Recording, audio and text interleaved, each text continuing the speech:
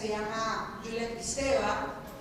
Julia Kristeva, una búlgara que desarrolló su carrera académica en Francia, que tiene un libro maravilloso que se llama Stabat Mater, y que en ese libro ella hace toda una investigación sobre lo que son las representaciones de la maternidad, porque la maternidad también es algo bien fuerte para nosotros las mujeres, no solamente por el aspecto de reproducción de la especie, ¿no? O sea, uno cuida a su cría porque también está cuidando a la especie humana, sino también porque se nos plantea un rol y todas las madres tienen que ser buenas, tienen que ser perfectas, tienen que ser pacientes, y llega un momento determinado cuando una recién da luz que se convierte en una vaca lechera, literalmente. O sea, que es el bebé todo el tiempo que le está dando de lactar cada 2 horas, cada 2 horas, cada 2 horas.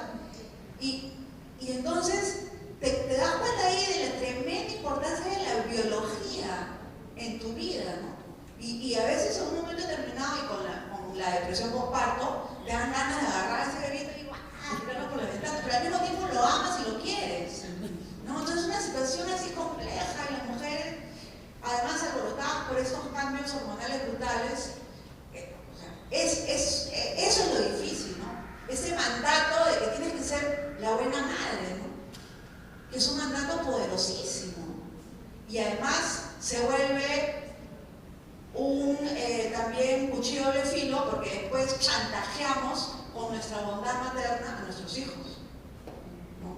Eso también sucede también.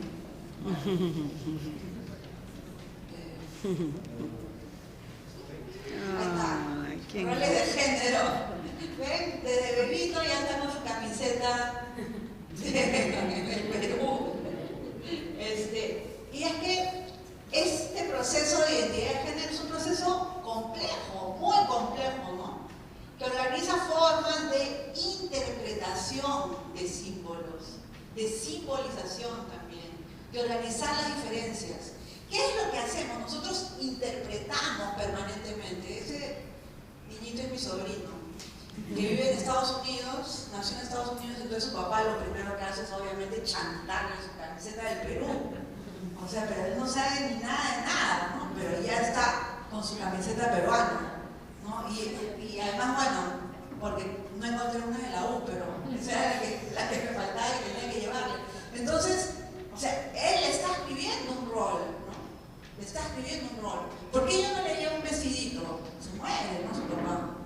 No, o sea, él tiene que jugar con carros. ¿Se dan cuenta? O sea, desde niños es que estamos escribiendo roles, ¿no? Y yo me acuerdo perfectamente, yo solamente tengo un hermano nada más, nos llevamos 1 año y medio.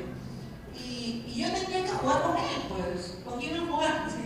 Tenía que jugar con mi hermano. Y cuando jugaba con mi hermano, yo lo obligaba a jugar a las muñecas y después yo tenía que jugar fútbol. Porque me decía, ya, yo juego contigo a las muñecas, pero si tú después juegas conmigo fútbol y tú eres la arquera, por supuesto. Entonces, digamos, nosotros negociábamos nuestro rol, ¿no? Negociábamos nuestro rol, pero quizás en un espacio, digamos, con más amigos, etcétera, simplemente hubiéramos adscrito al rol, ¿no? O sea, mi hermano no hubiera jugado a las muñecas y yo no hubiera jugado fútbol, ¿no? Por eso, los roles de género y las identidades de género, además de que se construyen, se negocian también, en lo concreto, en el día a día. Igual, claro, la pregunta es, ¿cómo es que vamos entrando en el género? ¿Cómo vamos engenerándonos, ¿no? ¿Cómo vamos engenerándonos? Y vamos engenerándonos con las prácticas del día a día.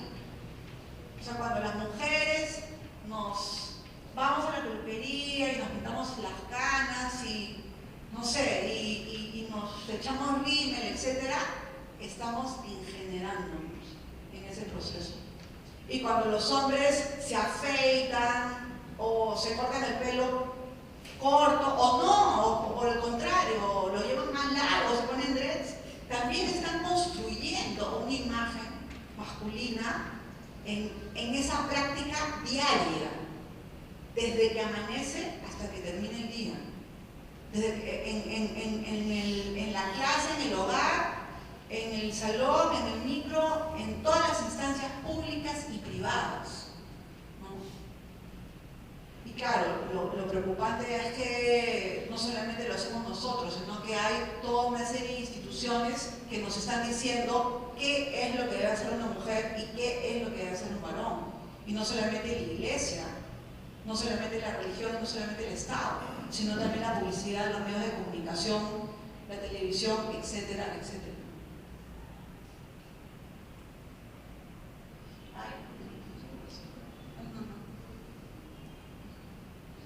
Bueno, la discriminación de la mujer y el sexismo es precisamente esta tradición de la opresión que ha ejercido el varón sobre la mujer. Y esta tradición de opresión no solamente se instituye porque los hombres sean malos y las mujeres buenas, no, sino porque es un funcionamiento de un sistema, que es el sistema patriarcal.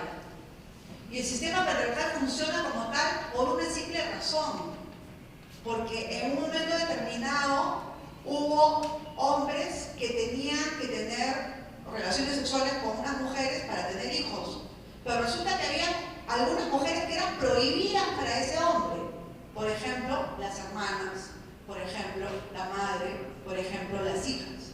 Entonces, ¿qué se hace con esas mujeres? Se intercambian con otros varones que también tienen mujeres prohibidas, como madres, hermanas e hijas.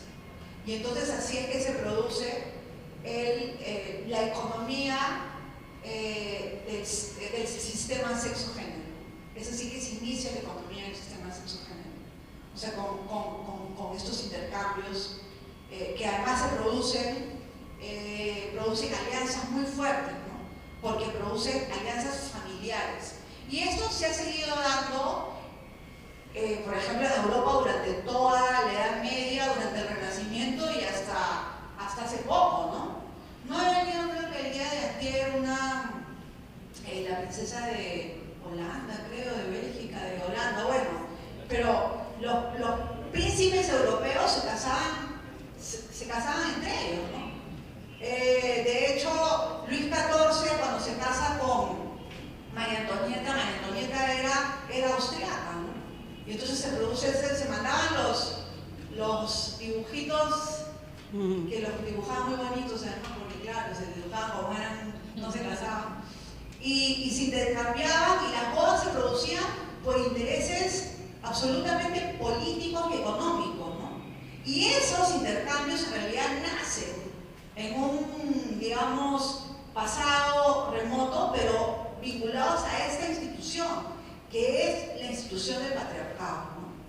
Ahora, eso ya en América Latina no se da, lo que en América Latina se da es algo más complejo y extraño, que es lo que algunos estudiosos llaman la bastardía originaria, porque lo que sucedió después de la conquista fue que muchos varones españoles, que eran los que vinieron, violaron o se amancebaron, como se decía, con muchas indígenas, incluso de la nobleza incaica, y después Felipe II dio una ordenanza que decía que todos aquellos encomenderos que estaban amancebados con una inca tenían que dejarla y tenían que casarse con una española para no perder su encomienda. Entonces, eso fue lo que hicieron, comenzaron a importar españolas y a las mujeres con las que habían incluso tenido varios hijos, las dejaron. Y esos hijos se convirtieron en hijos bastardos. Y ese es el origen finalmente de nuestro mestizaje de la peruanidad, ¿no? Entonces, bueno, obviamente el primer mestizo de los mestizos fue el Inca Garcilaso de la Vega, que era hijo de este Garcilaso de la Vega español y la princesa Isabel Chimpu Ocllo, que era de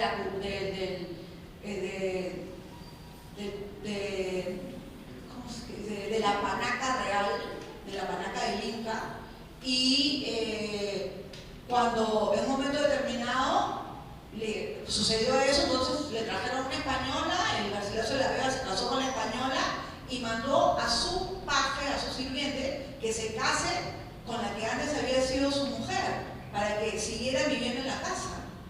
Y él seguía, obviamente, visitándola, ¿no? Entonces, toda esta situación era una situación muy compleja que a estos jóvenes mestizos los hacía sentirse, bueno, pero no estaban ni en un lado ni en el otro, y tampoco eran reconocidos como hijos legítimos, ¿no? Y ese es el origen de la situación de la masculinidad en nuestro país y en América Latina, ¿no? Es un origen muy complejo. Y es que así que nace también el machismo latinoamericano, que también tiene unas características muy diferentes del machismo europeo o del machismo de América del Norte, ¿no? Y muy parecido al mexicano, dicho sea de paso. Entonces, esta es, bueno, la discriminación de las mujeres se produce de esta manera, individual y colectiva, muchas veces de manera inconsciente, aunque otras veces de manera deliberada, pero muchas veces de manera inconsciente, porque está tejida en las costumbres y en la tradición, ¿no? Y el sexismo se manifiesta en ataques directos, obviamente todos conocemos la situación de los feminicidios, la violencia familiar, la violencia hacia las mujeres, pero también hay otras violencias un poco más neutras, un poco más políticamente correctas, que se dan incluso a niveles académicos universitarios. ¿Y qué es lo que provoca todo esto en las mujeres, ¿no? Que enfrentan situaciones que les impiden participar en las sociedades como debe de ser, en toda su plenitud. Ese es otro tema que siempre me gusta, es ¿por qué Dios es hombre?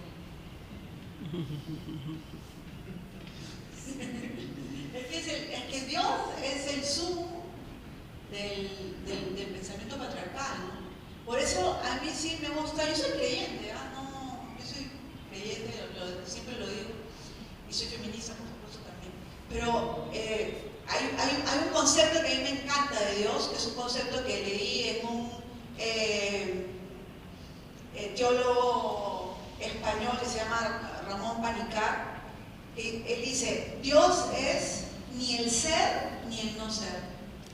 Es un poco taoísta, pero es interesante, ¿no? Como definición, porque en esa definición de Dios, que es ni el ser ni el no ser, no hay nada de femenino, masculino, hombre, mujer, patriarca, no patriarca, viejito con barba blanca sentado en el cielo en un trono, ¿no? O sea, es simplemente una concepción absolutamente abstracta, ¿no?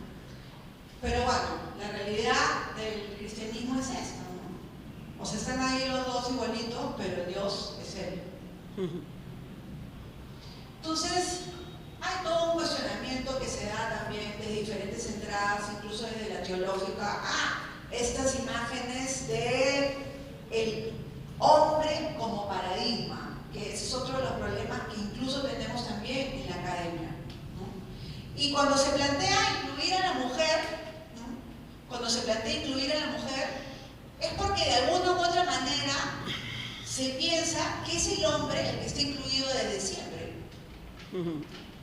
O sea, si se incluye a la mujer, ¿quién está ahí?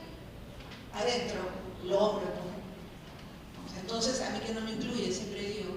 O sea, porque en verdad, yo creo que el paradigma debe ser un paradigma dual, en todo caso, ¿no? Hombre-mujer.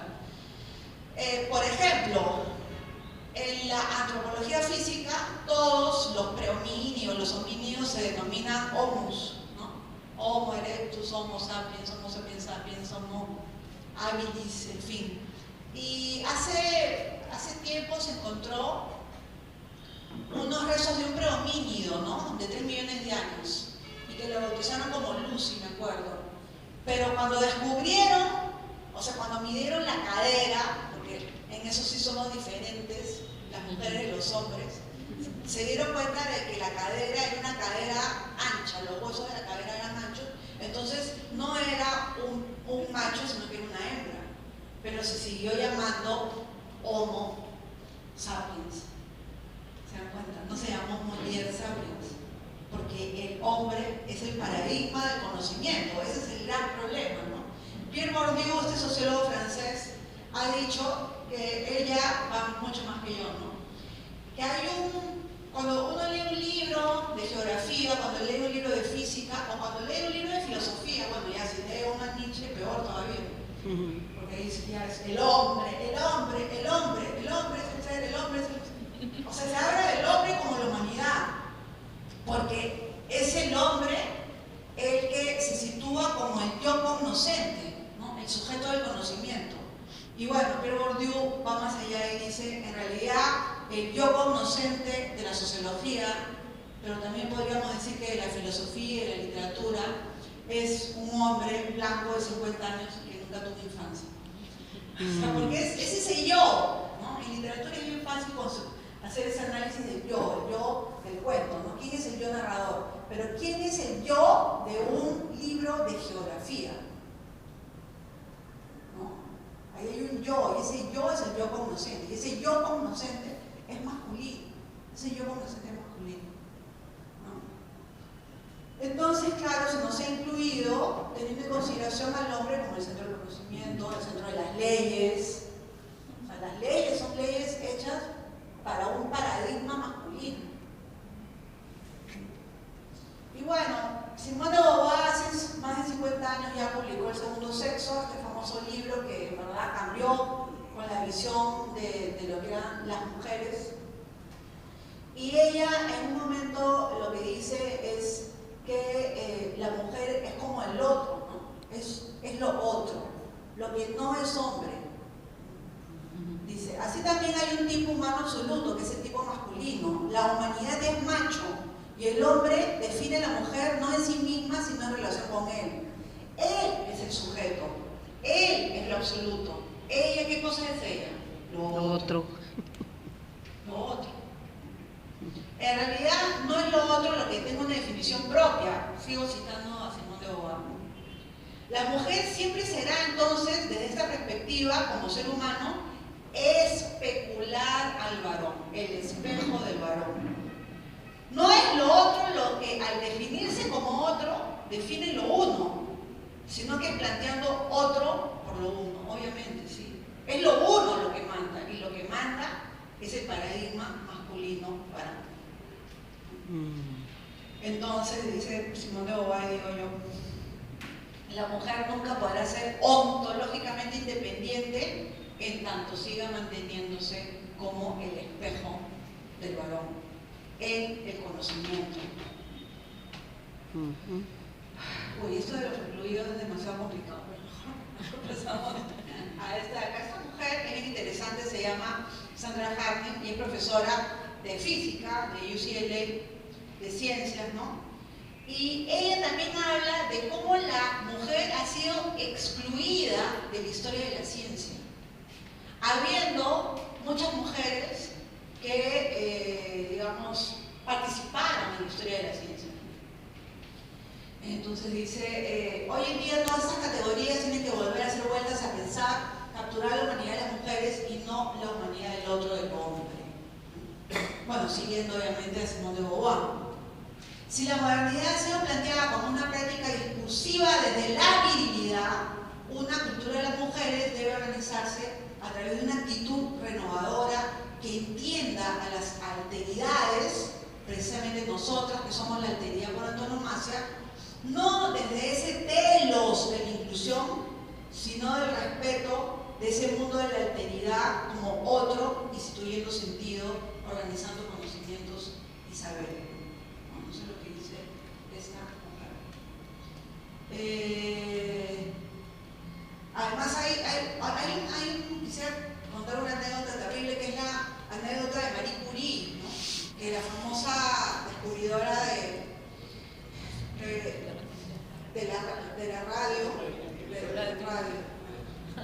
radio, perdón.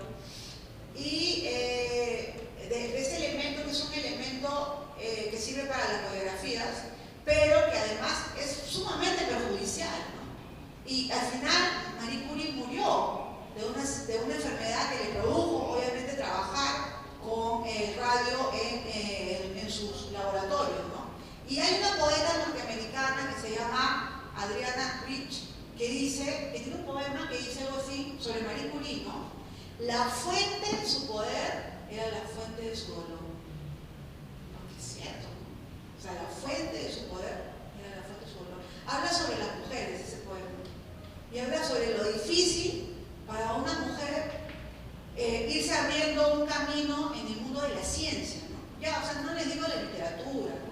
no la ciencia, porque es más difícil, ¿no? Y cómo ella encontró ese camino, pero al final la fuente de su poder era la fuente de su dolor, de su enfermedad y de su muerte.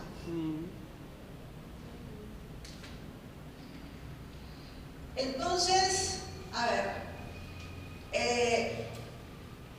eso es más complicado, en verdad necesitaría pizarra, pero bueno, hay un autor, Jacques Derrida, un filósofo francés, que ha planteado este concepto, un concepto largo, pesado, y que tiene que ver no con el pene, sino con el falo, que no es lo mismo. El falo no es el pene, el falo es lo que simboliza la virilidad, es la simbolización de la virilidad. Entonces lo que él dice es que hay un convenio, ¿no? Un pacto entre el logos, el falo y el conocimiento. Y a eso él le llama el falocentrismo. O sea que hay la idea de que el logos, de que el conocimiento está vinculado con lo viril, lo masculino, el varón. Y entonces dice, el falocentrismo ha determinado que la mujer sea considerada como la otra, de esta cultura falocéntrica, androcentrista.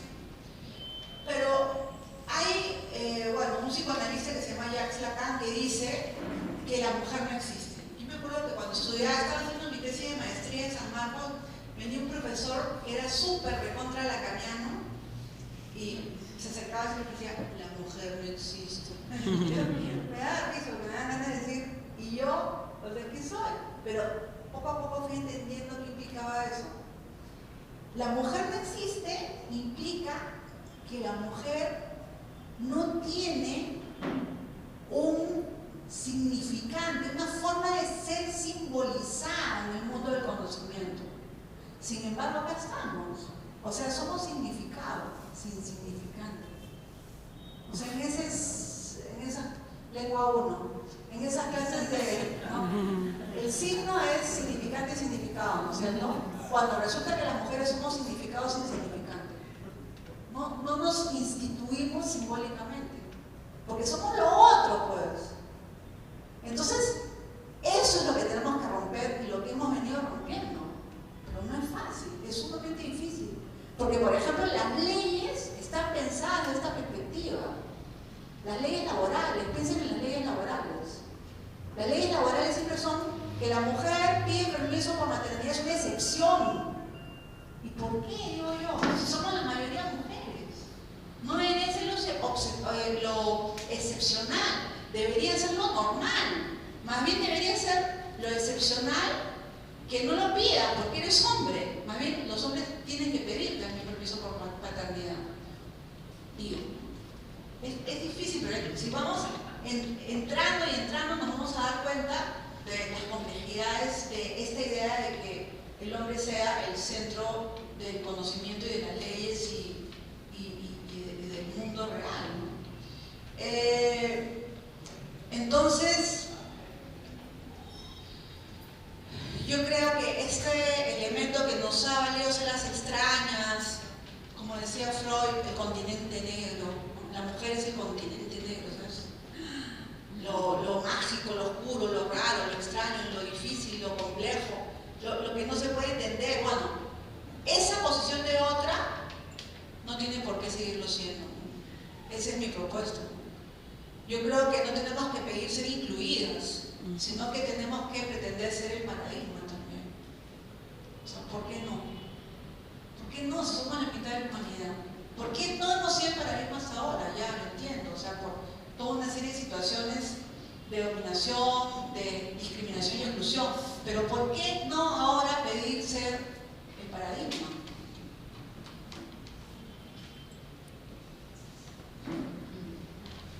Y ahí me quedo con ese ternito, pero en versión femenina, para que vean que no necesariamente el paradigma es masculino.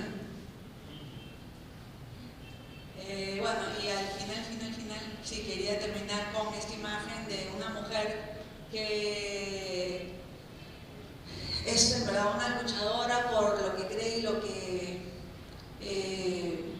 defiende, que es Máxima Acuña de Chauque, que es una cajamarquina que está ahí en Conga, arriba, y que, bueno, está defendiendo su tierra, ¿no? Y yo sí creo que hay toda una serie de cambios que se tienen que plantear desde las políticas públicas para las mujeres. Obviamente ya hay muchos cambios. O sea, el hecho de que tengamos una presidenta mujer ya es una gran cosa. En serio. Bueno, por ejemplo, esa es parte del machismo peruano, ¿no? Parte del machismo peruano es que Nadine sea la presidenta de facto. Cuando, o sea, digamos, en Chile está Michelle Bachelet, que va a subir a la presidencia, ya va en estos días, y que obviamente, o sea, es su segundo periodo, ¿no?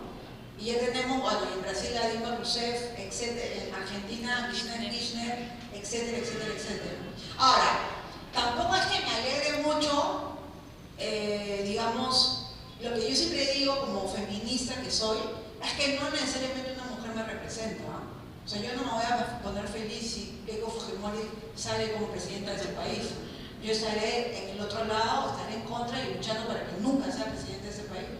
Porque no necesariamente por ser mujer me va a representar a mí. Como ya les digo, hay toda una serie de elementos que tienen que, digamos, cruzarse, ¿no? Y una posición política es una posición política que incluso puede ir más allá de la posición de género. Y ni Marta Chávez, ni la María Luisa Pupuliza, ni la señora Giera me representan a mí. No, gracias. ¿No? O sea, prefiero que me representen, en todo caso, otras mujeres u otros varones. Ahí hay un tema político que yo creo no se debe dejar a un lado. O sea, yo no creo que las feministas tengan que reivindicar por sobre todo solo a las mujeres como un elemento de bondad y como un elemento monolítico positivo, porque no es así. O sea, yo sí discrepo con el colega, con el profesor Solís, en el sentido de que los hombres y las mujeres no somos iguales. No somos iguales. Somos bastante diferentes. Somos recontra diferentes. Y porque somos diferentes es que los hombres nos han discriminado. Porque somos diferentes. Porque parimos. Porque necesitamos un tiempo después del parto. Porque tenemos menstruación. Estamos acostumbradas a la sangre.